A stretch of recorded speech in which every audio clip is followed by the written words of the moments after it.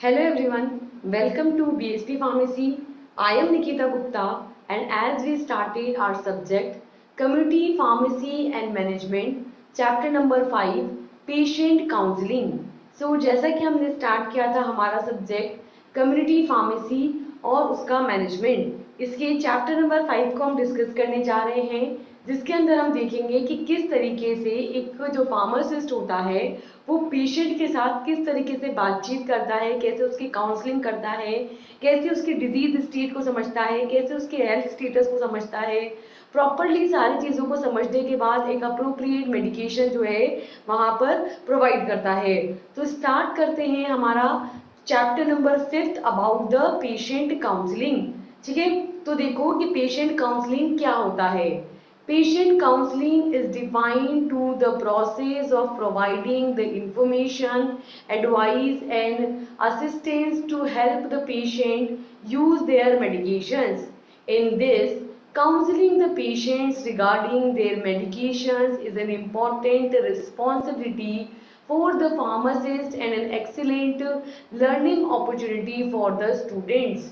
The pharmacists are often the only healthcare providers which are focusing on the patient education on the medication, like how to take it, what to expect and the side effects and the drug interactions.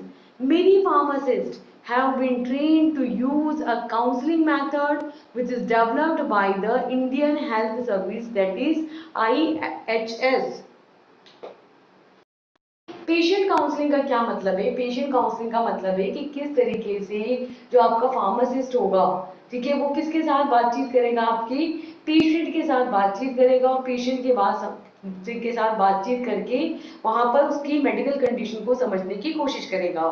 ठीक है, तो patient counselling का मतलब ये है कि वो process जिसके थ्रू हम पेशेंट की जो भी इंफॉर्मेशन है वो हमें मिलेगी, पेशेंट से हमें इंफॉर्मेशन मिलेगी और उस इंफॉर्मेशन की बेसिस पर हम उसको एक अप्रोप्रिएट एडवाइस देंगे, ठीक है, और उसको असिस्ट करेंगे, उसको समझेंगे और उसको समझाएंगे कि किस तरीके से उसको जो है उस मेडिकेशन को, उस दवाई को यूज करना है।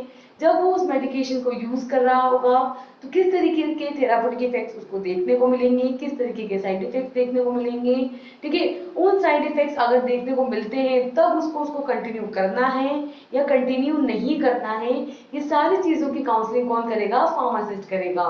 तो यहाँ पर उनकी मेडिकेशन से रिलेटेड पेशेंट की हेल्प करने के लिए फार्मासिस्ट क्या करेगा? उनको अप्रोप्रिएट इंफॉर्मेशन देगा, एडवाइस देगा और उसको असिस्ट करेगा।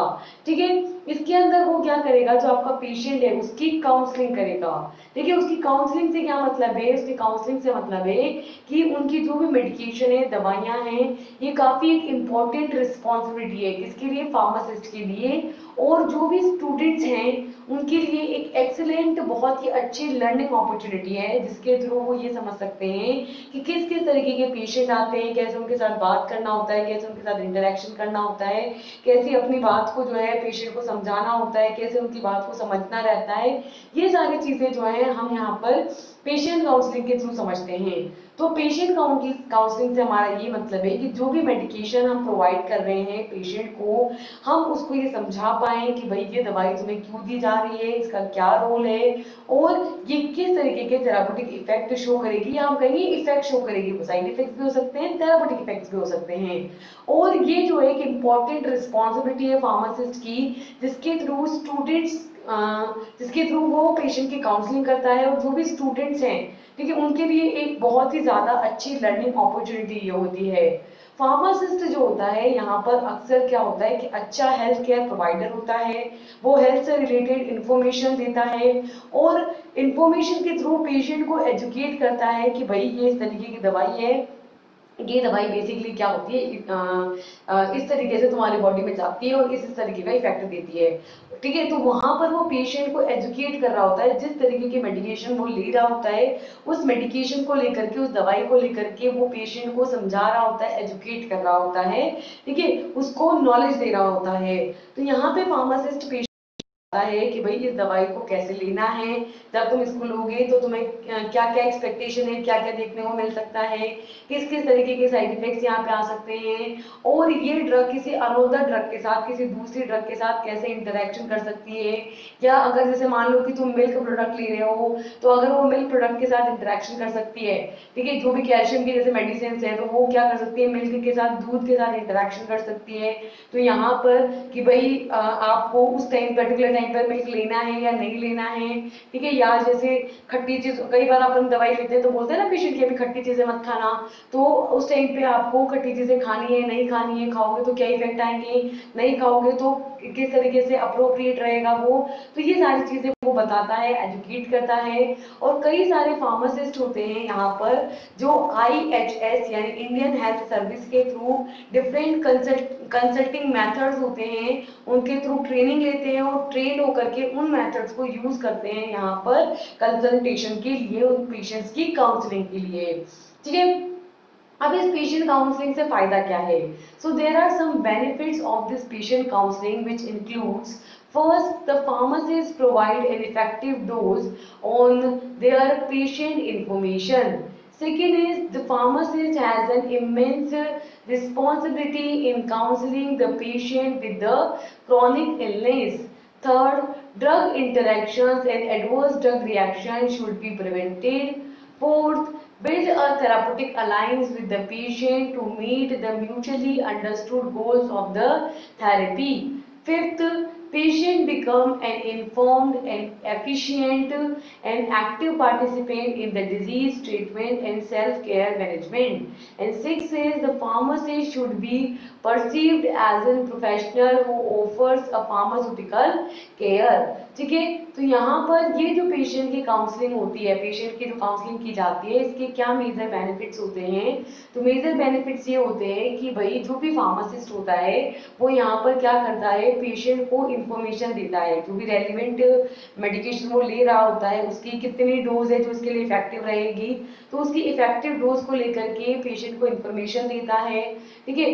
दूसरा क्या करता है कि फार्मासिस्ट जो है उसकी रिस्पॉन्सिबिलिटी है कि वो पेशेंट को उसकी बीमारी के बारे में समझे और समझाए कि किस तरीके की उसको बीमारी है, उसको किस तरीके की क्रॉनिक इलनेस है, और उसकी इलनेस के अंदर सिर्फ मेडिकेशन देना ही, दवाई देना ही उसका काम नहीं है, बल्कि उस पेशेंट को ये समझाए कि भाई ये इस तरीके की बीमारी है और इस केस में आपको ये चीजों का ध्यान रखना है, ये प्रॉब्लम देखने को मिल सकती है,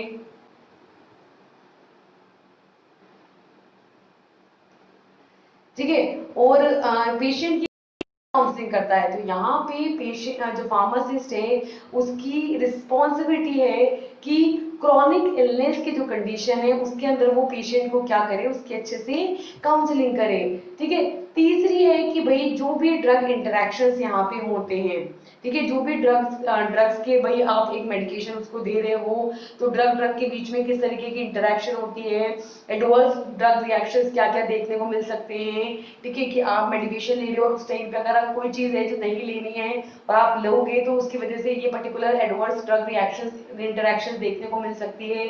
ड्रग जो है अदर फूड मटेरियल के साथ या अदर किसी ड्रग के साथ जो है इंटरेक्शन करके कुछ पर्टिकुलर साइड इफेक्ट्स या एडवर्स इफेक्ट्स प्रोड्यूस कर सकती है, तो उनको होने से किस तरीके से रोका जा सकता है ये बताएगा यहाँ पे फार्मासिस्ट। और एक थेरापेटिक अलायंस वहां पे बिल्ड करेगा पेशेंट के साथ, एक थेरापेटिक अलायंस बिल्ड करेगा जिससे दोनों को फायदा होगा, पेशेंट को तो फायदा होगा इससे क्योंकि उसकी हेल्थ कंडीशन इंप्रूव होगी, साथ में फार्मासिस्ट का क्या रोल है कि फार्मासिस्ट क्या चाहता है कि जो भी थेरेपी पेशेंट को मिल रही है उससे उसको फायदा हो, ठीक है। तो थेरेपी के जो गोल्स हैं कि भाई क्यों ये थेरेपी दी जा रही है, इसके अंदर ये मेडिकेशन क्यों दी जा रही है, वो सारा थेरेपी का जो सिस्टम है वो उसको समझ में आए अच्छे से, दोनों को मतलब म्यूचुअली उनको वो समझा पाए फार्मासिस्ट और पेशेंट समझ पाए, ठीक है, जिसकी वजह से थेरापेटिक अलायंस वहां पर मीट हो। नेक्स्ट है कि पेशेंट जो है वो इन्फॉर्म्ड हो जाए, उसको चीजों के बारे में जानकारी मिले पेशेंट को,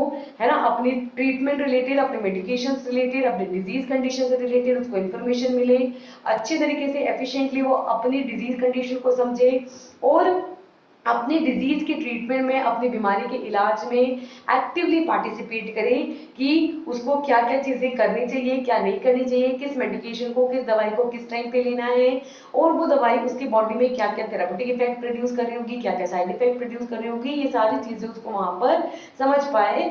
और सेल्फ केयर मैनेजमेंट की किस तरीके से वो अपनी खुद की देखभाल अच्छे से कर सके, उसको जो बोला जा रहा है चीजें वो सही तरीके से वो कर सके, तो सेल्फ केयर कर सके, खुद की सही से केयर कर सके वो। इसके लिए उसको सारी चीजें समझाना किसकी रिस्पॉन्सिबिलिटी है, फार्मासिस्ट की।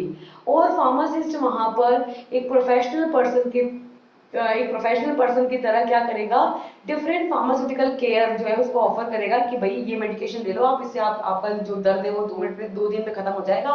ठीक है, तो फार्मास्यूटिकल प्रोडक्ट्स को, फार्मास्यूटिकल मेडिकेशन को वो वहां पे ऑफर करेगा एक प्रोफेशनल पर्सन की तरह। ठीक है, तो ये भी क्या है, काउंसलिंग के थ्रू ही पॉसिबल हो पाएगा।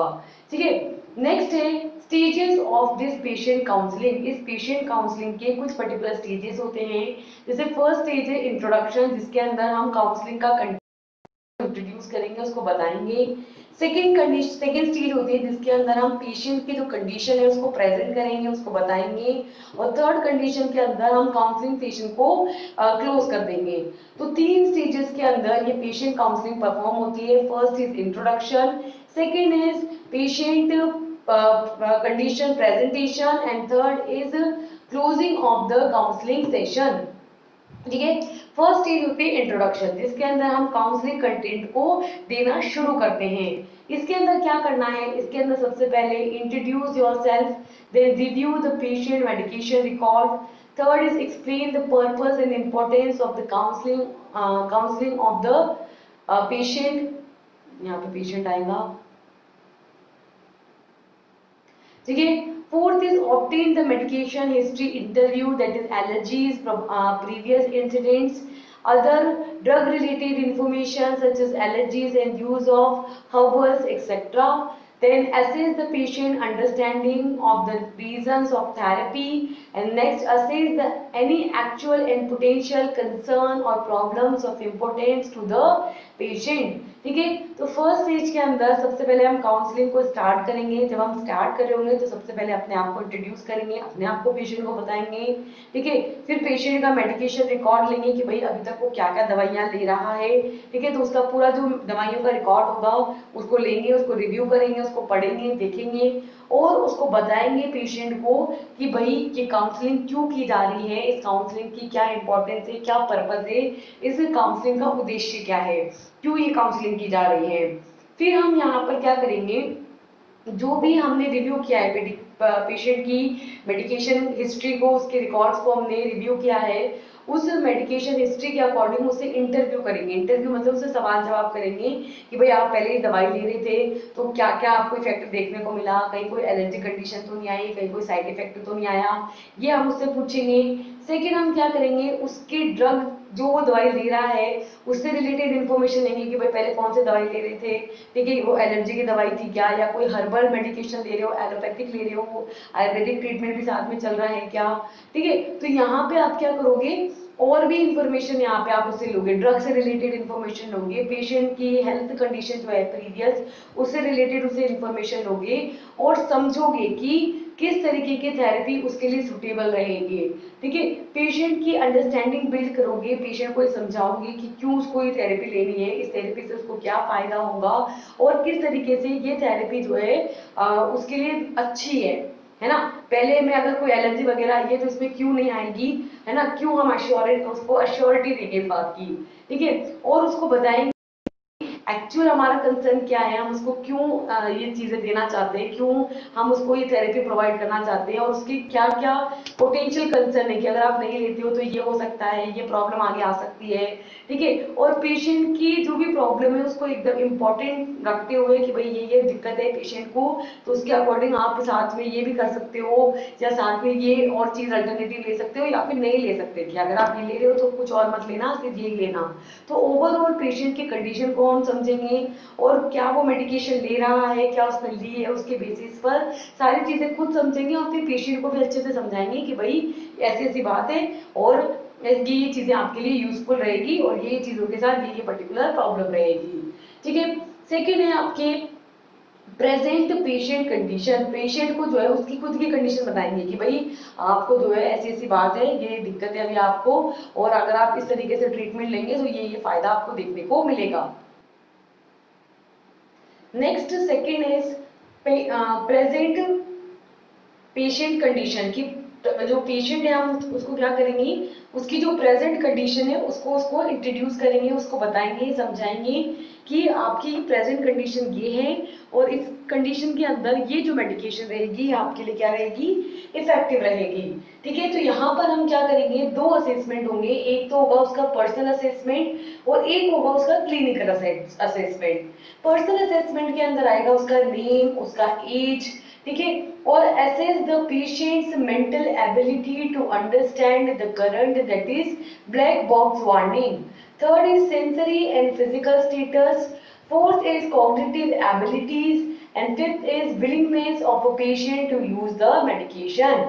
ठीक है, इसके अंदर हम पहला करेंगे पेशेंट का जो है, हम उसका पर्सनल असेसमेंट करेंगे, देखेंगे कि पेशेंट जो है किस तरीके का है, उसको हम असेस करेंगे। इसमें हम देखेंगे कि पेशेंट का नाम क्या है, पेशेंट की एज क्या है, और उस पेशेंट की कितनी मेंटल एबिलिटीज उसकी कैसी है कि वो अपनी करंट सिचुएशन को कितना जानता है, कितना समझता है, और ब्लैक बॉक्स के अंदर वार्निंग उसकी मेंशन रहेगी, ब्लैक बॉक्स वार्निंग को समझता है नहीं समझता। ठीक है, उसका फिजिकल स्टेटस कैसा है, उसकी शारीरिक क्षमताएं कैसी हैं, उसकी सेंसरी एबिलिटीज कैसी है। सेंसरी एबिलिटीज का मतलब है कि जो सेंसेस है, सेंसेस मतलब आई, नोज, है ना, ईयर, टच रिसेप्टर्स, टंग, इनके जो सेंसेस है कि भाई इसको टेस्ट, जैसे कई बार होता नहीं है डिजीज कंडीशन में कि मुझे टेस्ट नहीं आ रहा खाने का, तो उसके सेंसेस जो है वो काम नहीं करते।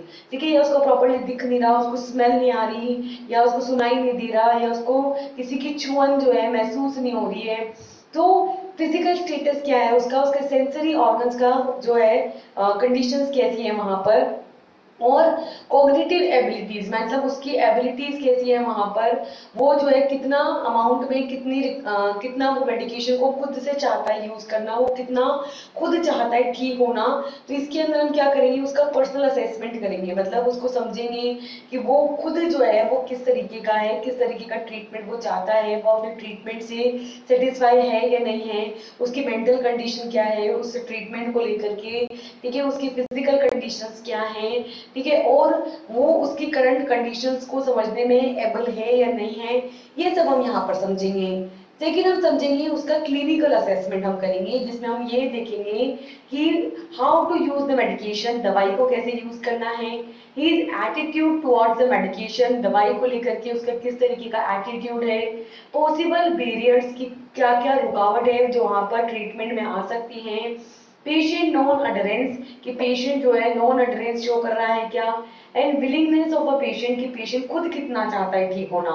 तो यहाँ पर हम उसका क्लिनिकल असेसमेंट करेंगे, जिसमें हम देखेंगे कि उसको जो मेडिकेशन दी जा रही है उसको पता है क्या कि कैसे उसको यूज करना है, ठीक है, वो उस मेडिकेशन को लेकर के, उस दवाई को लेकर के कितना ट्रस्टवर्दी है कि वो बिलीव करता है कि इस दवाई से वो ठीक हो जाएगा, या उसको लगता है कि नहीं ये तो फालतू के ना पैसे बनाने के लिए इतनी सारी दवाइयां दे देते हैं, इससे कुछ होता नहीं है।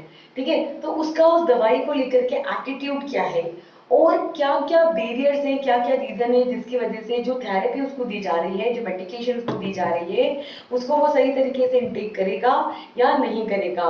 ठीक है, और कि भाई पेशेंट जो है वो नॉन अडेरेंस तो नहीं कर रहा, नॉन अडेरेंस मतलब कि टाइम से दवाई नहीं ले रहा, या टाइम से जितने टाइम में बोला है वैसे नहीं ले रहा, कभी स्किप कर जाता है, या कॉस्टली होने की वजह से नहीं ले रहा, किसी भी रीजन की वजह से अगर उसने मेडिकेशन का जो ड्यूरेशन है, जितने टाइम के लिए उसको बोला गया है दवाई लेने के लिए, वो क्या रीजन है जिसकी वजह से वो नहीं ले रहा है, और पेशेंट खुद कितना ठीक होना चाहता है, पेशेंट की खुद की कितनी इच्छा है, कितनी विलिंगनेस है कि वो उस दवाई को ले और अपना प्रॉपर ट्रीटमेंट करे।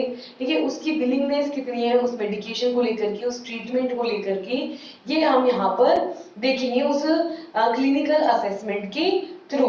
ठीक है, उसके बाद आती है थर्ड स्टेज, जिसके अंदर we will closing the counselling session in which we will see verify the patients understanding by means of a feedback, summarize by the emphasizing key points. Third is give an opportunity to the patient to put forward any concern, and fourth is help the patient to plan the follow-ups. ठीक है।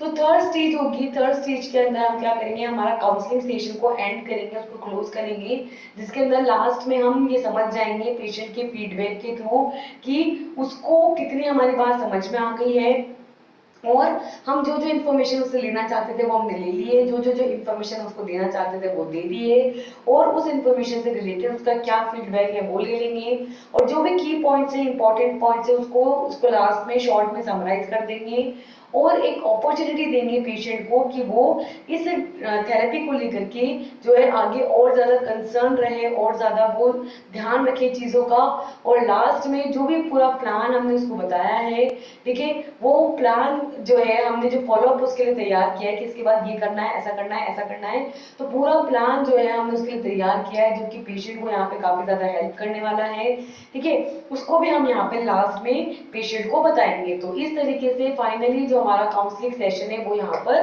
Close हो जाएगा, खत्म हो जाएगा, ठीक है। इसके बाद नेक्स्ट है कि भाई जब हम ये काउंसलिंग कर रहे हैं, ठीक है, तो कौन कौन से बैरियर्स हैं जो यहाँ पे काउंसलिंग को होने से रोकेंगे, और कौन कौन से स्ट्रेटजीज हैं जिसके थ्रू हम इन बैरियर्स को ओवरकम कर सकते हैं। So next is barriers of an effective counselling, in which types and strategies to overcome these barriers.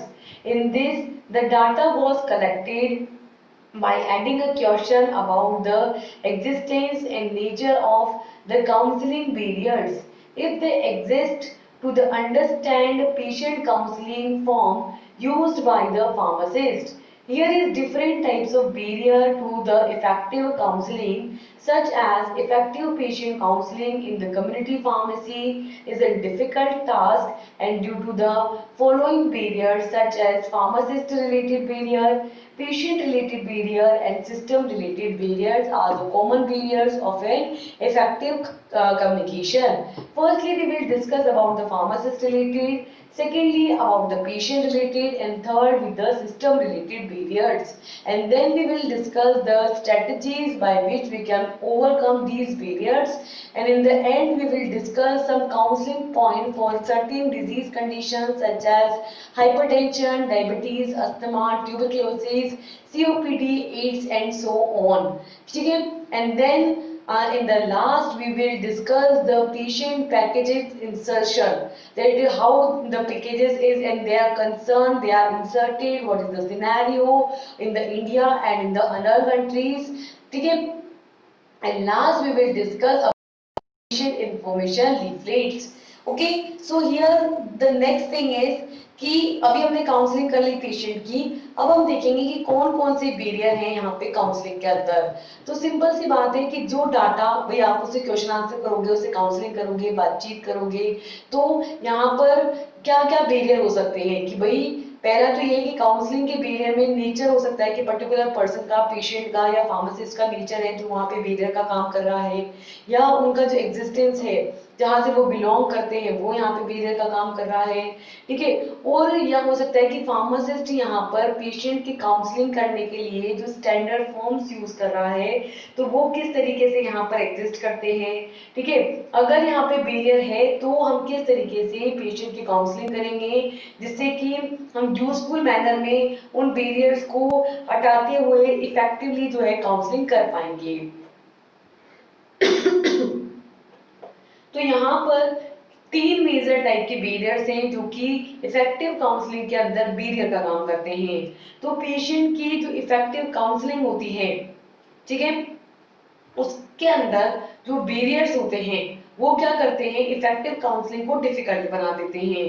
तो कम्युनिटी फार्मेसी के अंदर जो पेशेंट की काउंसलिंग है उसको इफेक्टिव बनाना एक डिफिकल्ट टास्क होता है, और इसके अंदर तीन मेजर बैरियर्स इन्वॉल्व हैं, फार्मासिस्ट रिलेटेड, पेशेंट रिलेटेड और सिस्टम रिलेटेड। फर्स्ट होता है pharmacist related barriers which include lack of knowledge about the patient, second lack of knowledge about the patient disease condition, third is lack of confidence or skills, fourth is attitude or benefits of the pharmacist, fifth is the age difference and sixth is the religious difference। ठीक है, तो यहाँ पर barrier का क्या काम करते हैं कि भाई जो भी फार्मासिस्ट है उसको पेशेंट के रिलेटेड नॉलेज नहीं है तो उसके अच्छे से इफेक्टिवली काउंसलिंग नहीं कर सकता, पहले उसको पेशेंट को समझना पड़ेगा, ठीक है। तो फार्मासिस्ट को पेशेंट के रिलेटेड नॉलेज नहीं है, ये बैरियर का काम कर सकता है। सेकेंड है कि जो फार्मासिस्ट है उसको पेशेंट की जो डिजीज कंडीशन है उसके बारे में अगर नॉलेज नहीं है प्रॉपरली तो वो वहां पे बैरियर का काम कर सकता है। तीसरा है कि भाई फार्मासिस्ट को प्रॉपरली कॉन्फिडेंस नहीं है, उसको प्रॉपर स्किल्स नहीं है जिसके थ्रू जो है वो यहाँ पर इफेक्टिवली अपनी बात को रख सकता है, इफेक्टिवली काउंसलिंग कर सकता है। फोर्थ है कि फार्मासिस्ट के जो बिलीव्स हैं, जो उसके मत है, जो उसके थॉट प्रोसेस है, वो यहाँ पर उसको बात नहीं करने दे रहे हैं अच्छे से, वो यहाँ पे हिंड्रेस कर रहे हैं, वो बैरियर का काम कर रहे हैं। फिफ्थ है कि भाई उसका जो एटीट्यूड है, ठीक है, वो एटीट्यूड यहाँ पर पेशेंट के साथ उसको प्रॉपरली कम्युनिकेट नहीं करने दे रहा। और कई बार उसका जो एज डिफरेंस है कि अगर एज डिफरेंस बहुत ज्यादा है या जेंडर डिफरेंस है तो भी हम इफेक्टिवली जो है कम्युनिकेट नहीं कर पाते, इफेक्टिवली काउंसलिंग नहीं कर पाते। और इसी तरीके से जैसे रिलीज, ठीक है, तो रिलीजन भी समथिंग, अगर कोई हमारे पास फैक्ट है जो रिलीजन बेस है तो भी वहां पर हम क्या करेंगे, प्रॉपरली काउंसलिंग नहीं कर पाएंगे, प्रॉपरली कॉन्वर्सेशन नहीं कर पाएंगे, प्रॉपरली पेशेंट को नहीं एक्सप्लेन कर पाएंगे, नहीं समझ पाएंगे, ना तो हम उसको समझ पाएंगे ना ही हम उसको सही से समझा पाएंगे। ठीक है। सेकेंड, पेशेंट रिलेटेड बैरियर्स हो सकते हैं, जैसे कि first is lake of trust, second lack of knowledge of non-verbal communication, third is cultural or religious beliefs, and fourth is the poor listening। ठीक है, तो यहाँ पर पेशेंट से रिलेटेड बैरियर्स हो सकते हैं कि जैसे पेशेंट जो है वो फार्मासिस्ट पर बिलीव नहीं करता है तो वो उसकी बात को एक्सेप्ट नहीं कर पाएगा। सेकेंड हो सकता है कि वो जो है नॉन वर्बल कम्युनिकेशन कर रहा हो फार्मासिस्ट और पेशेंट उसकी नॉन वर्बल कम्युनिकेशन को समझ नहीं पा रहा हो। थर्ड जो है वो ये हो सकता है कि जिस डिफरेंट कल्चर से, डिफरेंट रिलीजन से वो बिलोंग करता है जिसकी वजह से वहां पे प्रॉपर कम्युनिकेशन नहीं हो पा रहा, प्रॉपर अंडरस्टैंडिंग बिल्ड नहीं हो पा रही। और फोर्थ है कि अगर वो एक पुअर लिसनर है, वो ध्यान से फार्मासिस्ट की बात को सुन ही नहीं रहा, समझ ही नहीं रहा, तो उसको बात समझ में आएगी नहीं, तो वहां पे ये भी जो है एक बैरियर का काम करेगा। ठीक है। नेक्स्ट है इसके अंदर लेक ऑफ टाइम। ठीक है, कि अगर पेशेंट के पास टाइम कम है ना, कि वो उसकी बात को, जो फार्मासिस्ट कहना चाह रहा है उसकी बात को प्रॉपरली सुन ही नहीं पा रहा, उसको दूसरे काम लगे पड़े हैं। ठीक है, तो वो जब प्रॉपरली टाइम नहीं देगा तो उसको पूरी बात समझ में भी नहीं आएगी।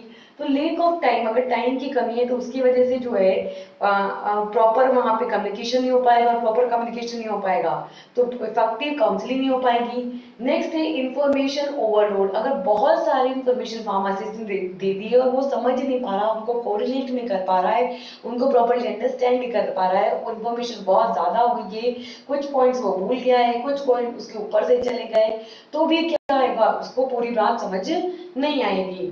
नेक्स्ट है उसका फिजिकल एंड मेंटल स्टेट। कभी कभी क्या होता है, जो पेशेंट है ना वो इतना उस डिजीज कंडीशन से सफर कर रहा होता है कि उसका फिजिकल स्टेटस ही नहीं होता, उसका मेंटल स्टेटस ही नहीं होता कि वो बात को समझ पाए। ठीक है, तो फिजिकल और मेंटल स्टेटस भी यहाँ पर एक बैरियर का काम करते हैं। नेक्स्ट है उसका इमोशनल स्टेट, कि वो उस भावनात्मक कंडीशन से गुजर रहा है, उस इमोशनल स्टेट से गुजर रहा है कि अभी वो उस कंडीशन में नहीं है कि उस बात को वो समझ पाए। तो उसका फिजिकल कंडीशन, उसकी मेंटल कंडीशन, उसकी साइकोलॉजिकल या उसकी इमोशनल कंडीशन भी क्या करती है, यहाँ पर बैरियर का काम करती है। नेक्स्ट थर्ड है सिस्टम रिलेटेड बैरियर, कि जो सिस्टम है अप्रोप्रिएट वो सही नहीं है तो भी वहां पर इफेक्टिव क्या नहीं हो पाएगी, इफेक्टिव कम्युनिकेशन नहीं हो पाएगा, जिसकी वजह से इफेक्टिव काउंसलिंग नहीं हो पाएगी। जैसे कि फर्स्ट है lake of pharmacist in the pharmacy, pharmacy में फार्मासिस्ट अवेलेबल नहीं है तो कैसे काउंसलिंग होगी, कोई सेकंड पर्सन, थर्ड पर्सन आकर के मेडिकेशन देके चला गया, फोन कर दिया कि भाई ये आया है, ऐसे ऐसे पर्चा लाया है, कौन कौन सी दवाई देनी है, ये यहाँ रखिए, ये दे दो उसको। ठीक है, अब फार्मासिस्ट है ही नहीं वहां पे अवेलेबल, तो काउंसलिंग होगी कैसे? ठीक है, और बात सही से पहुंचेगी कैसे पेशेंट तक?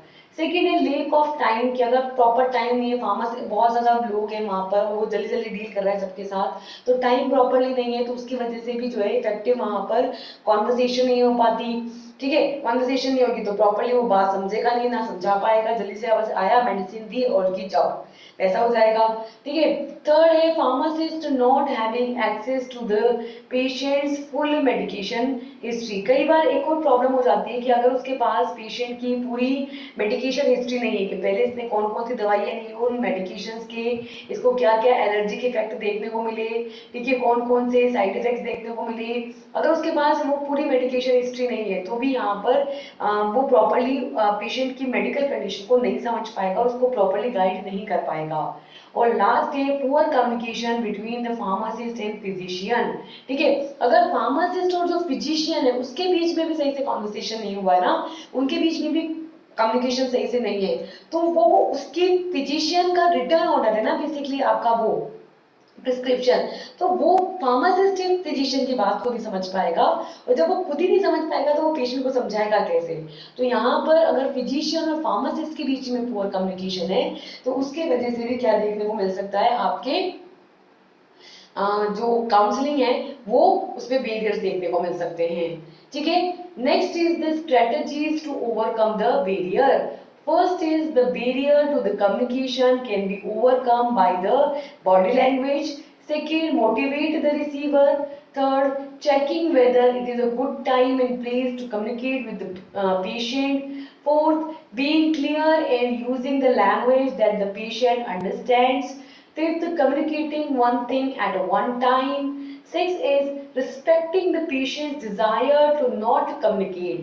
And seventh is checking that the patient has understood you correctly. Eighth is communicating in a location that is free of distractions. And ninth is acknowledging any emotions responses the patient has to what you said. ठीक है, तो क्या बोल रहे हैं यहाँ पर, different strategies हैं जिसके थ्रू हम क्या कर सकते हैं, जो भी बैरियर आ रहे हैं यहाँ पर इफेक्टिव काउंसलिंग के, उसको ओवरकम कर सकते हैं। तो यहाँ पर कम्युनिकेशन में जो बैरियर आ रहे हैं उनको ओवरकम करने के 9 मेथड्स हैं। पहला है कि आप बॉडी लैंग्वेज के थ्रू थोड़ा थोड़ा एक्सप्लेन करो, उससे भी क्या होता है आपकी इफेक्टिव कम्युनिकेशन हो सकता है। सेकंड, जो भी पेशेंट है, जो भी रिसीवर है, आप उसको बीच बीच में मोटिवेट करते रहो ताकि वो आपकी बात को प्रॉपरली रिसीव कर सके, प्रॉपरली समझ सके। तीसरा, आप ये समझो कि भाई अभी हमारे पास पेशेंट से बात करने के लिए प्रॉपर टाइम है और प्रॉपर जगह है, प्रॉपर स्पेस है, प्रॉपर प्लेस है जहां पर हम अच्छे से पेशेंट के साथ बात कर सकते हैं। हमारे पास इनफ टाइम है जिससे हम प्रॉपर पेशेंट के साथ कॉन्वर्सेशन कर सकते हैं। और हमें ये समझना है कि हम जिस लैंग्वेज में बात कर रहे हैं वो लैंग्वेज पेशेंट को सही से समझ में आती हो, वो लैंग्वेज का जो है पेशेंट के लिए एकदम क्लियर हो, साफ सटीक आवाज में हम बात करें और ऐसी लैंग्वेज में बात करें जो पेशेंट के लिए अंडरस्टेबल हो। ठीक है, या हम कह सकते हैं मोस्टली लोकल लैंग्वेज में आप बात करो जिसके साथ वो कंफर्टेबल भी हो। देन नेक्स्ट है कि जब आप बात कर रहे हो ना तो सिर्फ बात करो। ठीक है, आप वहां पे एक्टिवली इन्वॉल्व होने चाहिए उस कॉन्वर्सेशन के अंदर। एक टाइम पर एक ही चीज करो, वो है कम्युनिकेट। और यूं नहीं कि बाद में करते जा रहे हो कोई दूसरा काम भी करते जा रहे हो, ऐसा नहीं करना। ठीक है, और अगर पेशेंट बात नहीं करना चाहता है उस पर्टिकुलर डिजीज कंडीशन के बारे में, उस मेडिकेशन के बारे में, तो उसकी उस डिजायर का, उस इच्छा का सम्मान करेंगे और उस पर बात नहीं करेंगे। फिर है कि भाई लास्ट में ये चेक करेंगे कि जो जो आपने समझाया है वो पेशेंट को सही से समझ में आया है या नहीं, तभी हम ये बिलीव करेंगे कि भाई पेशेंट को समझ में आ गया है, हमारी काउंसलिंग जो हुई है वो सही से हुई है। और हम देखेंगे कि हम उस जगह पे बात कर रहे हैं जहाँ पे डिस्ट्रैक्शंस ना हो, वो डिस्ट्रैक्शंस वहां पर मिनिमाइज्ड हो। और लास्ट है कि जो भी हमने कहा है उसको हम ऑब्जर्व करेंगे कि पेशेंट जो है उसको लेकर के किस तरीके का इमोशनल एक्सप्रेशन कर रहा है, किस तरीके से वो रिस्पॉन्ड कर रहा है, वो आपकी बात उसको ऑकवर्ड तो नहीं लग रही या वो उसके साथ कंफर्टेबल तो है। तो पेशेंट का जो इमोशनल रिस्पॉन्स है उसको हम यहाँ पे एक्नॉलेज करेंगे, उसको यहाँ पर समझने की कोशिश करेंगे। Next is patient counselling points for the chronic disease or disorders such as hypertension, diabetes, asthma, tuberculosis, chronic obstructive pulmonary disease that is COPD and AIDS। ठीक है, अब हम क्या देखेंगे कि जो क्रॉनिक डिजीज होती है, क्रॉनिक डिजीज मतलब होती है गंभीर बीमारियां। तो इन गंभीर बीमारियों के लिए कैसे हमें पेशेंट को क्या करना है, उनकी काउंसलिंग करनी है। सो नेक्स्ट इज पेशेंट काउंसलिंग, कि भाई हम पर्टिकुलर डिजीज कंडीशंस के अंदर क्या करेंगे, पेशेंट की काउंसलिंग करेंगे। ठीक है, क्रोनिक डिजीजेस के केस में, क्रोनिक डिजीजेस जो कि बड़ी गंभीर बीमारियां होती हैं, ठीक है, इसके अंदर इंक्लूड है आपके हाइपरटेंशन, यानी कि हाइपर का मतलब क्या होता है, इंक्रीज, टेंशन यानी कि ब्लड प्रेशर जो है यहाँ पर इंक्रीज हो जाता है, डायबिटीज जो कि जिसमें क्या होता है कि ब्लड ग्लूकोज लेवल बढ़ जाता है, अस्थमा जिसमें क्या होता है आपके जो रेस्पिरेटरी सिस्टम है उसमें डिफेक्ट आता है, ट्यूबरक्लोसिस हो गया आपके, सीओपीडी हो गया, क्रॉनिक ऑब्स्ट्रक्टिव पल्मोनरी डिजीज, इसको आप अस्थमा जैसे ही समझ लो, बस अस्थमा से ज्यादा क्रिटिकल कंडीशन होती है ये। इसके अलावा आपके एड्स हो गया, है ना, एक्वायर्ड इम्यूनोडेफिशिएंसी सिंड्रोम। तो इनके जो क्रॉनिक डिजीजेज हैं, इनके केस में हम कैसे पेशेंट की काउंसलिंग कर सकते हैं। ठीक है, तो जैसे कि फर्स्ट है आपकी हाइपरटेंशन। हाइपरटेंशन क्या होता है देखो, it is a clinical condition in which more blood pressure observed in the blood vessels, which leads to hemorrhage and other disease conditions. During the patient counseling, it is managed by first the pharmacological management and second is non-pharmacological management. ठीक है, तो hypertension क्या है, basically hypertension का मतलब है increase level of blood pressure. ठीक है, तो ये वो क्लिनिकल कंडीशन है जिसके अंदर ब्लड प्रेशर जो है वो ज्यादा ऑब्जर्व किया जाता है। मतलब इसमें क्या होता है, ब्लड प्रेशर जो है वो ज्यादा हो जाता है। ठीक है, इसके अंदर जो ब्लड वेसल्स होती है हमारी, इस तरीके की ब्लड वेसल्स होती हैं। ठीक है, ब्लड वेसल्स मतलब कि आर्टरीज हो सकती हैं आपकी, ठीक है, और या फिर वेन्स हो सकती हैं। ठीक है, तो ये जो आर्टरीज या वेन्स होंगी, इसके अंदर क्या होगा, आपके ब्लड प्रेशर बढ़ जाएगा, उसको क्या बोलेंगे, हाइपरटेंशन, जिसकी वजह से क्या हो सकता है, हेमरेज हो सकता है कि ये ब्लड वेसल बर्स्ट हो जाए और इसके अंदर जो ब्लड है वो बाहर निकल जाए, हेमरेज हो सकता है, या other different kind of disease conditions यहाँ पर हो सकती है। और इस कंडीशन में हम पेशेंट की काउंसलिंग करते हैं। ठीक है, तो वहां पर जो पेशेंट काउंसलिंग होती है वो दो तरीके से मैनेज की जाती है। एक तो उसका फार्माकोलॉजिकल मैनेजमेंट होता है और एक होता है उसका नॉन फार्माकोलॉजिकल मैनेजमेंट, जिसके अंदर फार्माकोलॉजिकल में तो हम ये डिस्कस करते हैं कि भाई ये दवाई लो, इस दवाई का ये इफेक्ट आएगा, ऐसे ऐसे ट्रीट कर सकते हैं। और नॉन फार्माकोलॉजिकल के अंदर हम उसको और चीजें एडवाइस करेंगे, जैसे कि शुगर इनटेक कम कर दो, वेट कम कर दो। ठीक है, एक्सरसाइज जो है वो भी एक सर्टेन अमाउंट में करो, ओवर एक्सरसाइज भी नहीं करनी है। तो ऐसी कुछ हम उसको नॉर्मल चीजें बताएंगे जो नॉन फार्माकोलॉजिकल होगी, और कुछ हम उसको फार्माकोलॉजिकल चीजें बताएंगे जो उसकी डिजीज कंडीशन को क्या करेगी, क्योर करेगी। ठीक है, नेक्स्ट है सेकेंड डायबिटीज। डायबिटीज क्या होता है देखो, this diabetes mellitus is a group of metabolic disorders which is sharing the common feature of hyperglycaemia. Hyper मतलब इंक्रीज, ग्लाइसीमिया मतलब कि glucose in एमिया, एमिया in the blood, so increase glucose level in the blood is hyperglycemia, and this hyperglycemia in the diabetes results from a defect in the insulin secretion। या hyperglycaemia किसकी वजह से हुआ है, hyperglycaemia हुआ है डायबिटीज के अंदर, किसकी वजह से, कि अगर इंसुलिन का सिक्रेशन जो है वो डिफेक्टिव हो गया है, इंसुलिन का सिक्रेशन प्रॉपर्ली नहीं हो रहा है। ठीक है, तो या फिर इंसुलिन का सिक्रेट हो रहा है लेकिन वो अपना एक्शन प्रॉपर्ली नहीं कर रहा है। अब इंसुलिन का फंक्शन क्या है, इंसुलिन क्या करता है हमारी बॉडी के अंदर, जो ब्लड है हमारा, उस ब्लड के अंदर ग्लूकोज के लेवल को कम कर देता है, उसको जाकर के टिश्यूज के अंदर स्टोर कर देता है। ठीक है, तो यहाँ पर डायबिटीज मेलाइटस बेसिकली आपके मेटाबॉलिक डिसऑर्डर्स का वो ग्रुप है जिसके अंदर हाइपरग्लाइसीमिया देखने को मिलता है, यानी कि ब्लड ग्लूकोज लेवल बढ़ा हुआ रहता है। ये जो हाइपरग्लाइसीमिया है, इसके अंदर किसकी वजह से होता है, ये इंसुलिन का सिक्रीशन अगर डिफेक्टिव है या इंसुलिन का सिक्रीशन यहाँ पर प्रॉपर्ली नहीं हो रहा है, इंसुलिन का एक्शन प्रॉपर्ली नहीं है, तो जो कंडीशन होगी उसको बोलते हैं डायबिटीज। ठीक है, and chronic hyperglycemia and attendant metabolic dysregulation may be associated with the secondary damage in the multiple organ system, especially the kidney, eyes, nerves and the blood vessels. And during the patient counseling, it is managed by again pharmacological and non-pharmacological management. In the pharmacological management, we offer him biphasic insulin, tinigliptin, glutidid, metformin, veglibose and bromocriptine.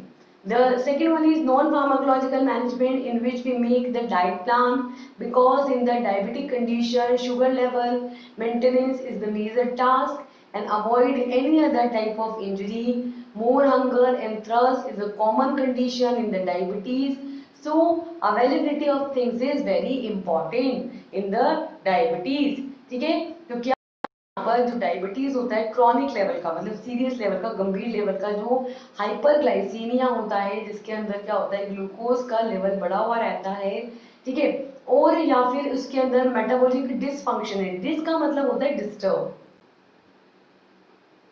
यानी कि इसके अंदर जो regulation है वो disturb हो जाएगा। किसका? ग्लूकोज का रेगुलेशन, मेटाबॉलिक जो ग्लूकोज है उसका रेगुलेशन जब यहाँ पर डिस्टर्ब हो जाता है तो यहाँ पर जो सेकेंडरी डैमेजेस देखने को मिलते हैं मल्टीपल ऑर्गन सिस्टम्स के अंदर, स्पेशली आपके किडनी के अंदर, आइस के अंदर, नर्व्स के अंदर और ब्लड वेसल्स के अंदर, यहाँ पर कॉमनली क्या होता है, आपके डैमेज देखने को मिलता है।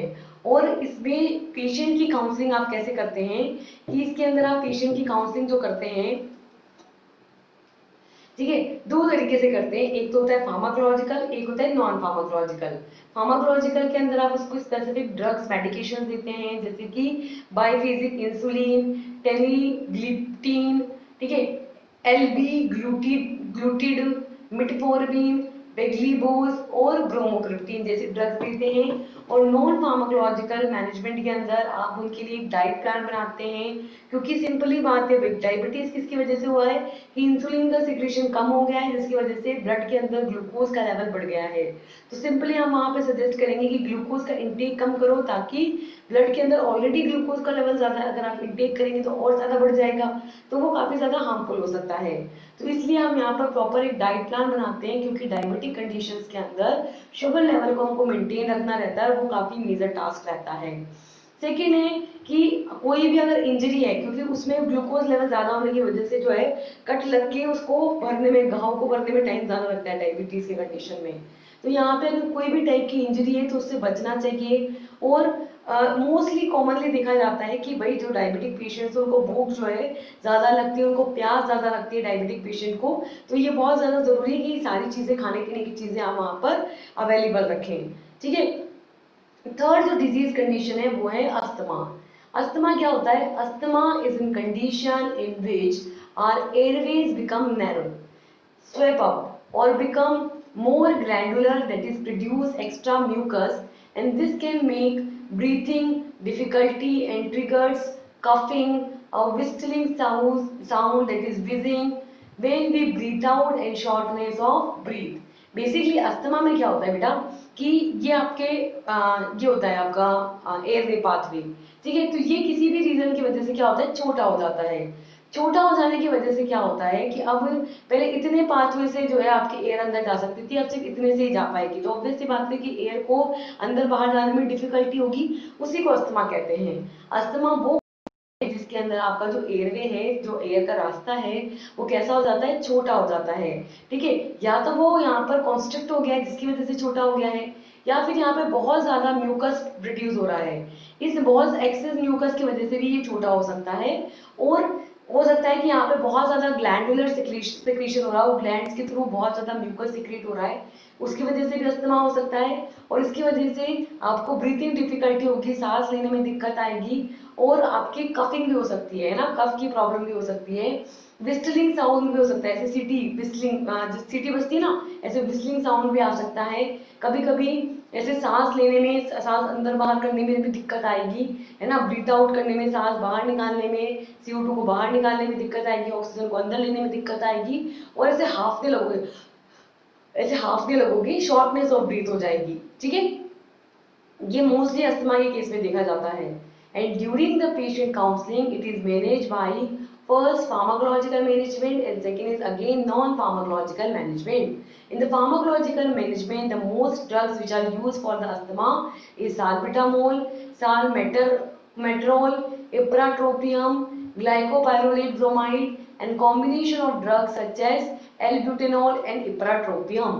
For the non-pharmacological management, we use to avoid the allergens which are responsible for the allergic conditions, avoid the smoking, drinking, chewing and risk factors which is responsible for other disease manifestation, and regular use of home remedies and natural products in the daily life.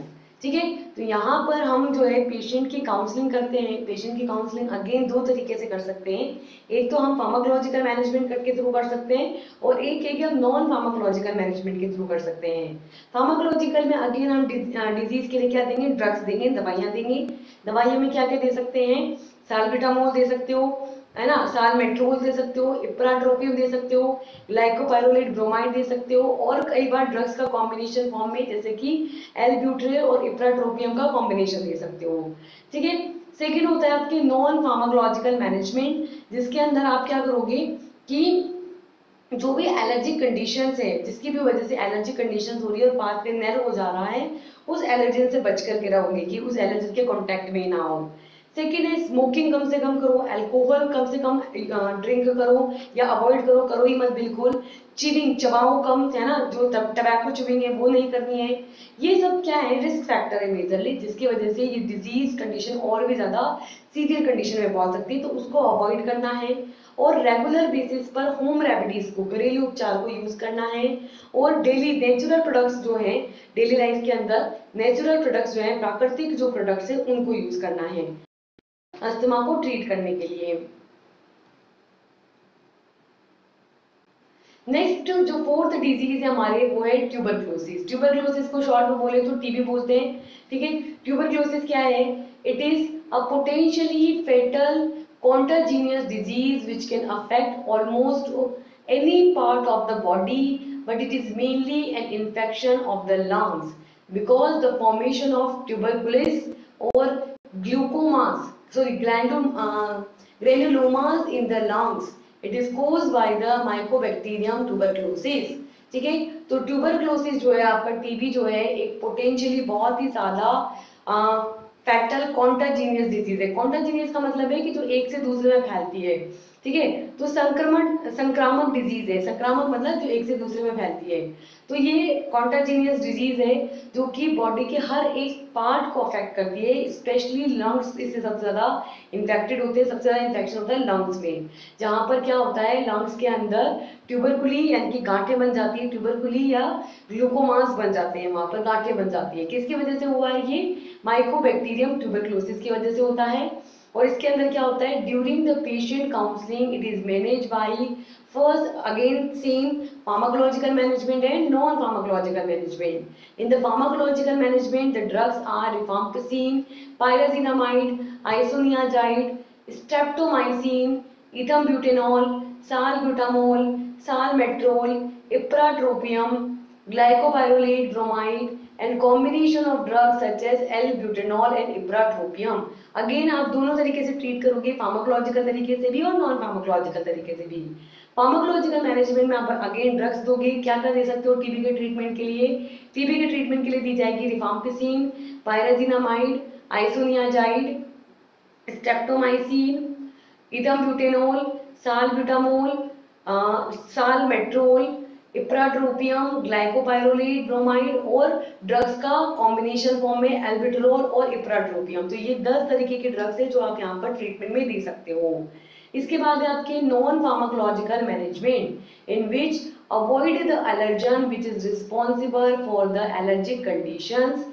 Second, avoid the smoking, drinking, chewing and risk factors which is responsible for the other disease manifestations. And third, regular use of home remedies and natural products in the daily life. Same tuberculosis वाला ही same है कि जो bacteria इसको करने के लिए responsible है, आपको उससे बचना है। जो एलर्जन यहाँ पे एलर्जिक कंडीशंस ला सकता है, उससे आपको बचना है। ठीक है।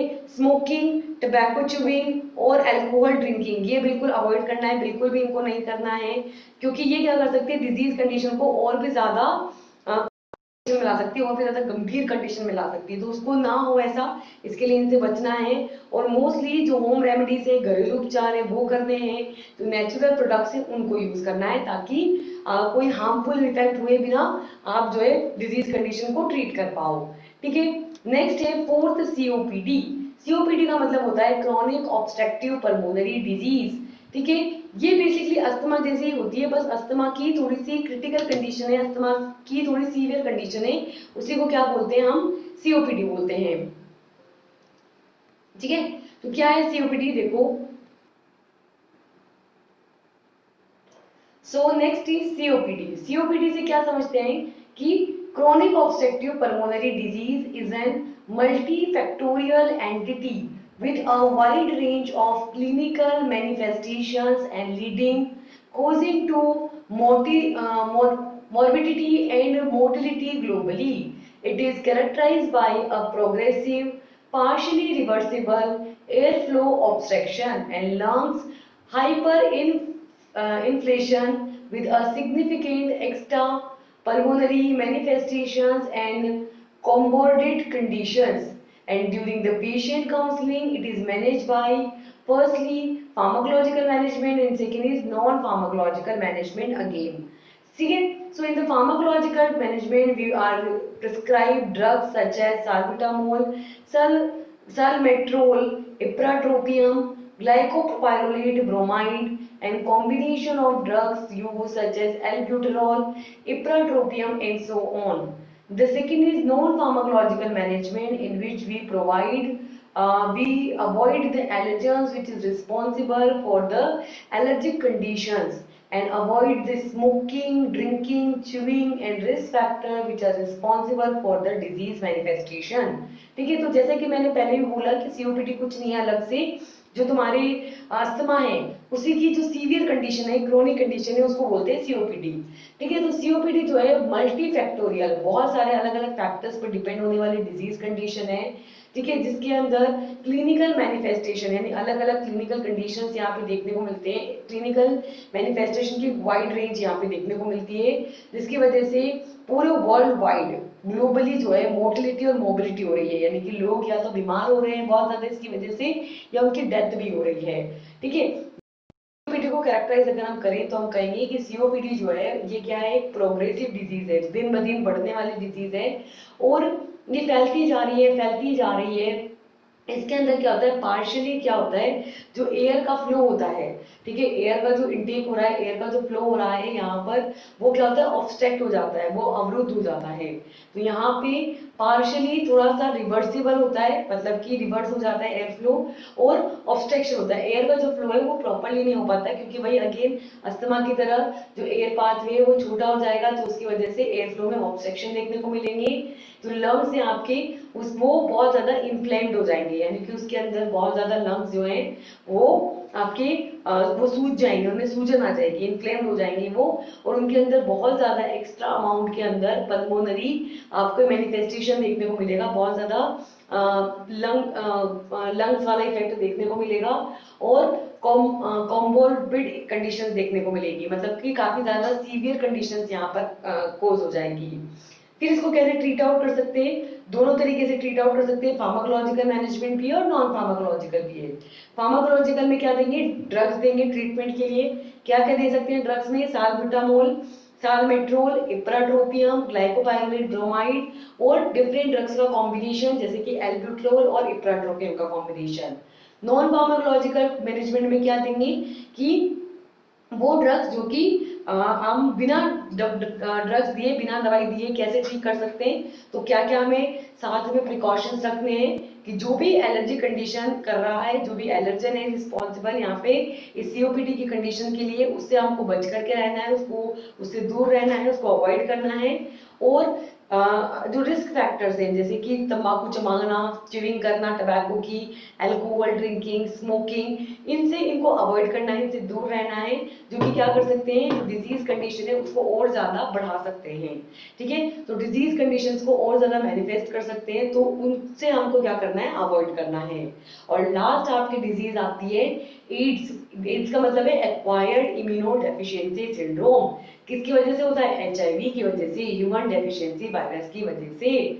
So this is a virus that is responsible for causing the acquired immunodeficiency syndrome, that is AIDS. This virus destroys or impairs the cell of the immune system and progressively destroys the body's ability to fight against any upcoming or present disease. And during the patient counseling, it is managed by first the pharmacological management and second is the non-pharmacological management. In the pharmacological management, mostly drugs which are used are lemivudine, zitoviridine, indinavir, इफाविरिंज, rapine, stavridine, ritonavir, abacavir, and according to the condition, combination of drugs are also used as. Okay. Second is the non-pharmacological management, in which we have to avoid uses of used food, needles and equipments, make a diet chart, make a proper and nutritious food, and practice a regular exercise, yoga and medication. So basically जो ads है आपका acquired immunodeficiency syndrome, नाम से समझ में आ रहा है immunodeficiency, मतलब इसमें क्या हो जाएगी, आपकी जो इम्यून सिस्टम है उसकी डेफिशिएंसी हो जाएगी, उसकी कमी हो जाएगी, आपका इम्यून सिस्टम क्या हो जाएगा, कमजोर हो जाएगा। किसकी वजह से होता है, एचआईवी की वजह से। ठीक है, तो यहाँ पे जो एचआईवी है आपका वो वायरस होता है जो इस एड्स के लिए यानी कि एक्वायर्ड इम्यूनोडेफिशिएंसी सिंड्रोम के लिए रिस्पॉन्सिबल होता है। ये जो वायरस है ये क्या करता है, आपकी इम्यून सिस्टम की जो सेल्स होती है उसको डिस्ट्रॉय कर देता है या उनके फंक्शन को इम्पेयर कर देता है, उनको प्रॉपर्ली फंक्शन नहीं करने देता, जिसकी वजह से अब हमारी इम्यून सिस्टम पे इसने अटैक किया है। तो अब कोई भी डिजीज या तो ऑलरेडी अगर वो अवेलेबल है, ऑलरेडी हमारे अंदर कोई डिजीज प्रेजेंट है, अगर कोई भी डिजीज कोजिंग एजेंट हमारी बॉडी में आता है, तो अब हमारी बॉडी की सेल में इम्यून सिस्टम ही नहीं है तो वो फाइट नहीं कर पाएगी, तो इजीली वो बीमार होती जाएगी और बहुत सारी डिजीज यहाँ पर हो जाती है और ग्रुप ऑफ डिजीज यहाँ पे होती है, इसीलिए इसको क्या बोला जाता है, सिंड्रोम बोला जाता है। जब भी वर्ड सुनो सिंड्रोम का मतलब है कि वहां पर ग्रुप ऑफ डिजीज की बात हो रही है। ठीक है, और इस टाइम पे हम पेशेंट की काउंसलिंग कैसे करेंगे, अगेन दो तरीके हैं, फार्माकोलॉजिकल और non pharmacological management. Pharmacological management के अंदर हम ड्रग्स देंगे जैसे कि लेमिविरिडीन, जिडोविरिडीन, इंडिनावीर, इफाविरिंज, निविरापीन, स्टाविडीन, रिटोनावीर, एबेकावीर। ठीक है, ये सब आप ड्रग्स दे सकते हो और कभी कभी अगर आपको इफेक्ट और ज्यादा बढ़ाना है तो आप क्या कर सकते हो, कॉम्बिनेशन में भी दे सकते हो ड्रग्स को। ठीक है, सेकेंड है आपके non pharmacological management. Non pharmacological management में क्या होगा कि जो मैनेजमेंट होगा, जो ट्रीटमेंट होगा वो यहाँ पर फार्माकोलॉजिकल नहीं होगा, मतलब कि दवाई के थ्रू नहीं, बिना दवाई के कैसे ट्रीट करना है। तो उसके अंदर आपको चाहिए होंगे कुछ पर्टिकुलर टाइप ऑफ नीडल्स और इक्विपमेंट्स का यूज ना करो, क्योंकि आपको पता है।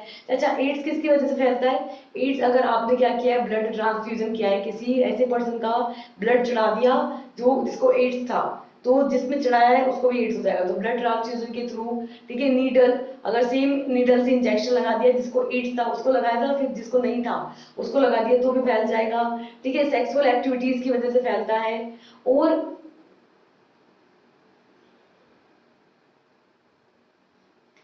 वो सब तरीके जिसकी वजह से जो ब्लड है, फ्लूइड है, वो कांटेक्ट में आ सकता है। ठीक है, एक होता है कि मदर से चाइल्ड के थ्रू अंदर भी फैलता है, मदर से जो भी चाइल्ड होता है उस चाइल्ड के अंदर भी ये फैलता है। ठीक है, तो ये चार मेजर रीजन है जिसकी वजह से एड्स स्प्रेड होता है। तो सिंपल सी बात है कि भाई अगर किसी नीडल को यूज करने से, किसी इक्विपमेंट को यूज करने से ये फैल रहा है तो उसको यूज मत करो, उसको अवॉइड करो। एक प्रॉपर डाइट का चार्ट बनाओ और एक प्रॉपर न्यूट्रिशियस फूड इंटेक करो। ठीक है, रेगुलरली एक्सरसाइज करो, योगा करो, मेडिटेशन करो, जिससे कि आप क्या रहे, हेल्दी बने रहें। ठीक है, नेक्स्ट आता है अपने patient package insertions, definition, importance, benefits and scenario of PPI, यानी कि patient package insertion use in the India and other countries. तो पहले तो हम ये देखेंगे कि पेशेंट पैकेज इंसर्शन क्या होता है, इसकी क्या इंपॉर्टेंस है, इसके क्या बेनिफिट्स है, और नेक्स्ट देखेंगे कि पीपीआई का इंडिया के अंदर और अदर कंट्रीज के अंदर क्या सिनेरियो है, कितना ये यूजफुल है। तो सबसे पहले समझो कि पीपीआई है क्या। So the concept of a patient-oriented package insert is already in practice in United States since 1968, known as the patient package insert, and in the Europe Union known as patient information leaflets. This document is written in a non-technical manner and it contains a specific information about the drugs, how it should be used and how it should be worked. It also contains the information regarding any possible safety concern and precautions which are necessary when taking the drug. And last, a patient package insertion or medication is a guide which is a document which is provided along with the prescription medication and to provide additional information about the drug. तो basically जो PPI है, patient oriented package insertion है, ये जो concept है ये already United states के अंदर, यूएस के अंदर प्रैक्टिस के अंदर है.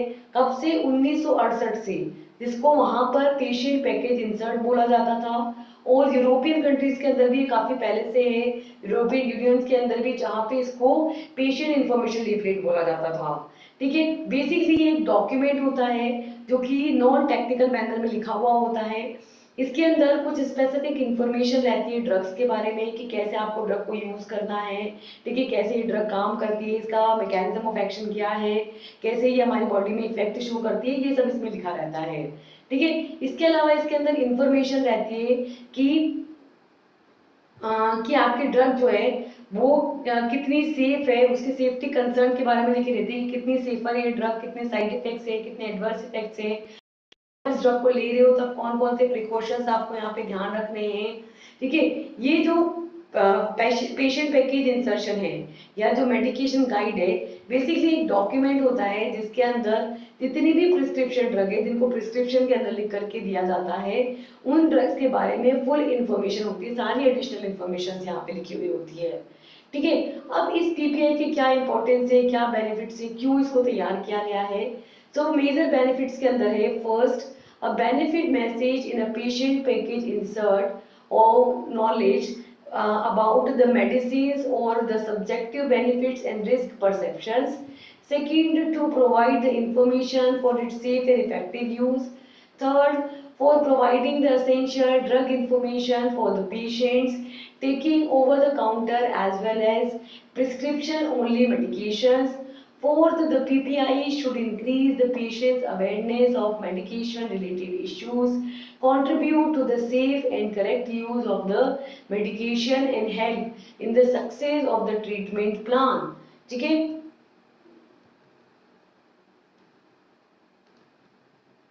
ठीक है, इसके क्या बेनिफिट्स हैं, क्या इंपॉर्टेंस है इसके. तो पहला तो ये कि ये काफी ज्यादा बेनिफिटेड मैसेज होता है.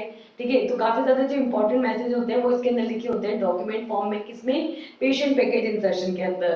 ठीक है, जिससे हमको मेडिसिन के बारे में, दवाई के बारे में पूरी नॉलेज मिल जाती है और उस मेडिकेशन के क्या क्या बेनिफिट्स हैं, क्या क्या फायदे हैं, क्या क्या रिस्क हैं, क्या क्या नुकसान है, क्या क्या रिस्क फैक्टर्स है वहाँ पे, यह हमें सारी इंफॉर्मेशन मिल जाती है. दूसरी, हमको पता चलता है कि कितनी सेफ है ये मेडिकेशन, कितना इफेक्टिव है ये मेडिकेशन, इसके बारे में हमको इंफॉर्मेशन मिलती है. तीसरा, हमको जो भी हमारी ड्रग है, ठीक है, उस ड्रग के बारे में पूरी जो भी एसेंशियल, जो भी इंपॉर्टेंट इंफॉर्मेशन है, वो सारी इंफॉर्मेशन हमको यहाँ पे मिलती है. ठीक है, कि पेशेंट के लिए कितनी यूजफुल है ये, और इसके साथ में आप ओटीसी ड्रग यानी ओवर द काउंटर ड्रग ले सकते हो, नहीं ले सकते हो, या ओटीसी ड्रग्स के थ्रू भी इनको ट्रीट कर सकते हो, या सिर्फ प्रिस्क्रिप्शन ड्रग्स के थ्रू, ये प्रिस्क्रिप्शन मेडिकेशन के थ्रू इसको ट्रीट किया जा सकता है. तो ये सारी इंफॉर्मेशन हमको यहाँ पर मिलती है. ये जो पीपीआई है, इसकी वजह से लोगों की अवेयरनेस बढ़ती है, मेडिकेशन को रिलेटेड, दवाई को रिलेटेड अवेयरनेस बढ़ती है, और जो भी उनको इश्यूज आ रहे हैं, दिक्कत आ रही है, वो सॉल्व होते हैं और वो सेफ मेडिकेशन की तरफ बढ़ते हैं, एक मेडिकेशन के सही यूज, सही इस्तेमाल की तरफ बढ़ते हैं, और उनका जो भी ट्रीटमेंट प्लान है वो अच्छे से सक्सेसफुली यहाँ पे सक्सीड होता है अगर वो पीपीआई को यूज करते हैं. ठीक है, next is the scenario of the patient package insertion, that is PPI, which is used in the India and other countries.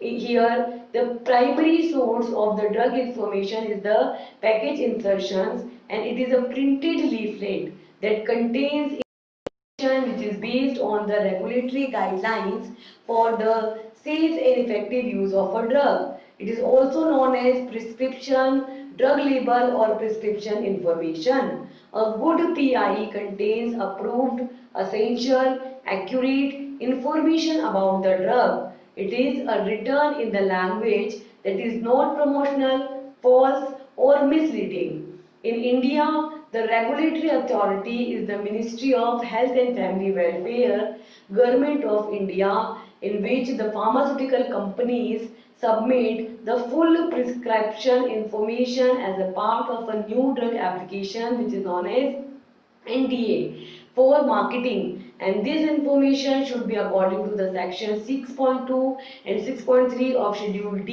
in 1940 Act। ठीक है, तो इस पीपीआई का इंडिया के अंदर क्या सिनेरियो है, अदर कंट्रीज में क्या सिनेरियो है, तो ये बात तो समझ में आ गई कि पीआई का मतलब या पैकेज इंसर्शन का मतलब वो बुकलेट है, वो डॉक्यूमेंट है जिसके अंदर ड्रग्स की सारी प्राइमरी इंफॉर्मेशन लिखी हुई रहती है।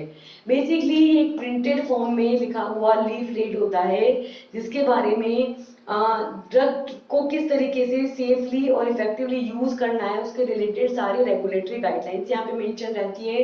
इसको जो है प्रिस्क्रिप्शन ड्रग लेबल या प्रिस्क्रिप्शन इंफॉर्मेशन भी बोला जाता है। बेसिकली एक जो गुड पीआई है, जो गुड आपके पैकेज इंसर्शन है, इसके अंदर आपके ड्रग के बारे में बिल्कुल सही, एकदम अप्रूव्ड, बिल्कुल जो असेंशियल है वो और एकदम एक्यूरेट इंफॉर्मेशन यहाँ पर लिखी हुई रहती है। ठीक है, लैंग्वेज के अंदर ये रिटर्न फॉर्म में रहती है जहां पर ये बिल्कुल भी प्रमोशनल नहीं होती, प्रमोशन करने के लिए नहीं होती, गलत नहीं होती कभी भी और मिसलीडिंग नहीं होती कभी भी, बिल्कुल सही, अप्रूव्ड, असेंशियल और एक्यूरेट इंफॉर्मेशन यहाँ पे लिखी हुई होती है। इंडिया के अंदर जो रेगुलेटरी अथॉरिटी है वो है आपके ministry of health and family welfare, जिसको बोलते हैं MOH, सॉरी इसको बोलते हैं MHAFW, माफ। ठीक है, ये गवर्नमेंट ऑफ इंडिया के थ्रू चलाई गई रेगुलेटरी अथॉरिटी होती है। इसके अंदर जो फार्मास्यूटिकल कंपनीज होती है वो अपनी जो भी ड्रग्स हैं जब उनको रिसर्च करके उसको मार्केटिंग करने के लिए IND फिल करती है, पहले तो नॉन क्लिनिकल ट्रायल, फिर IND फिल करेगी, फिर क्लिनिकल ट्रायल, फिर NDA फिल करती है। NDA मतलब कि न्यू ड्रग एप्लीकेशन, जिसमें वो मार्केटिंग करने के लिए परमिशन मांगती है इससे, जो ये अपने रेगुलेटरी अथॉरिटी इससे। तो यहाँ पर फार्मास्यूटिकल कंपनीज एक पूरा फुल इंफॉर्मेशन लिखती है ड्रग के बारे में कि क्या है, कैसी है, क्या इफेक्ट है, कैसे इफेक्ट देगी, कितने टाइम में देगी, कब तक देगी, क्या टॉक्सिक इफेक्ट है, क्या साइड इफेक्ट है, फुल इंफॉर्मेशन वहां पे लिखती है। और ये इंफॉर्मेशन जो है अपने एक्ट है 1940 एक्ट, उसका जो शेड्यूल डी है उसके सेक्शन 6.2 और 6.3 के अंदर लिखा हुआ है, उसके अकॉर्डिंग इसको तैयार किया जाता है को। ठीक है, अब हमने एक बात करी कि भाई पीपीआई को पेशेंट इंफॉर्मेशन लीफलेट भी बोलते हैं, PIEL भी बोलते हैं। तो ये पेशेंट इंफॉर्मेशन लीफलेट क्या होती है और इसके क्या क्या यूज होते हैं। तो in the last, a patient information leaflet is a technical document which include every medicine package to offer in a written information about the medicine, or we can say a patient information leaflet are the leaflets which containing some specific information about the medical conditions, doses, side effects, their packets with the medicines to give the user information about the product. And here are some uses of this patient information leaflet, such as patient medication information leaflet is very important source of information for every patient, and little is known whether the patient reached the PMIL, what is their opinion about the PMIL, and whether they are satisfied with the PMIL in the current format। ठीक है, तो patient information leaflet का मतलब क्या है, ये एक basically एक टेक्निकल डॉक्यूमेंट होता है जिसके अंदर जितनी भी सारी भी मेडिकेशन हम यूज कर रहे हैं हमारी कंट्री के अंदर उनके बारे में सारी इंफॉर्मेशन लिखी होती है, वो रिटर्न फॉर्म में होती है सारी इंफॉर्मेशन। ठीक है, उस मेडिकेशन के बारे में। ठीक है, यहाँ हम कह सकते हैं कि जो PILS है यानी कि पेशेंट इंफॉर्मेशन लीफलेट है, ये वो लीफलेट होते हैं जिनके अंदर मेडिकल कंडीशंस के बारे में, मेडिसिन के डोज के बारे में, मेडिसिन के साइड इफेक्ट्स के बारे में सारी जानकारी, स्पेसिफिक इंफॉर्मेशन यहाँ पे लिखी रहती है। ठीक है, और मेडिसिन कौन सी मेडिसिन के अंदर पैक्ड है, कितने अमाउंट में पैक्ड है, और प्रोडक्ट के बारे में यूजर को दी जाने वाली सारी इंफॉर्मेशन इसके अंदर लिखी रहती है। ठीक है, इसका क्या यूज है, इस PMIL को यूज करके, पेशेंट मेडिकेशन इंफॉर्मेशन लीफलेट को यूज करके, ये काफी ज्यादा इंपॉर्टेंट है क्योंकि इसके थ्रू हर पेशेंट को जो है अपनी ड्रग से रिलेटेड, अपने सोर्स से रिलेटेड फुल इंफॉर्मेशन ऑब्टेन होता है। सेकेंड है कि इसके अंदर हमें थोड़ा सा पता होता है कि भाई पेशेंट इसको पढ़ेगा और उसके कुछ ओपिनियंस होंगे इस PMIS के बारे में, यानी कि पेशेंट मेडिकेशन इंफॉर्मेशन लीफलेट के बारे में, और करंट फॉर्मेट के अकॉर्डिंग अगर वो इससे सेटिस्फाइड है देन ये कंप्लीटली मार्केट के अंदर अच्छे से चलेगी ये मेडिकेशन। ठीक है, तो इसी के साथ हमारा ये लेक्चर होता है यहाँ पर कंप्लीट। इसके अंदर हमने स्टार्ट किया था पेशेंट काउंसलिंग से, जहाँ हमने कहा कि पेशेंट काउंसलिंग का मतलब है कि किस तरीके से एज ए फार्मासिस्ट हम अपने पेशेंट को इंफॉर्मेशन देते हैं और उसको समझते हैं। इस पेशेंट काउंसलिंग के क्या क्या बेनिफिट्स है, 3 स्टेजेस में ये होती है, introduction, patient condition presentation and third is closing the counseling session. Then there are some barriers such as pharmacist related, patient related and system related. Then there is some strategies to overcome these barriers, and then we have discussed about the patient counseling point. किस patient counselling point किस किस disease के cases में, hypertension, diabetes, asthma, tuberculosis, COPD, chronic obstructive pulmonary disease और AIDS. And then in the last we have discussed about the PPI, that is patient package insertion, क्या होता है, इसकी क्या इंपॉर्टेंस है, क्या बेनिफिट्स है और इंडिया के अंदर और अदर कंट्रीज के अंदर इसका क्या सिनेरियो है। और लास्ट में हमने डिस्कस किया पेशेंट इंफॉर्मेशन लीफलेट क्या होती है, उसके क्या यूजेस होते हैं। तो इसी के साथ हमारा ये लेक्चर होता है यहाँ पर कंप्लीट। अब हम मिलेंगे नेक्स्ट लेक्चर के साथ एक नए टॉपिक के साथ। Till then thank you and all the best, bye bye.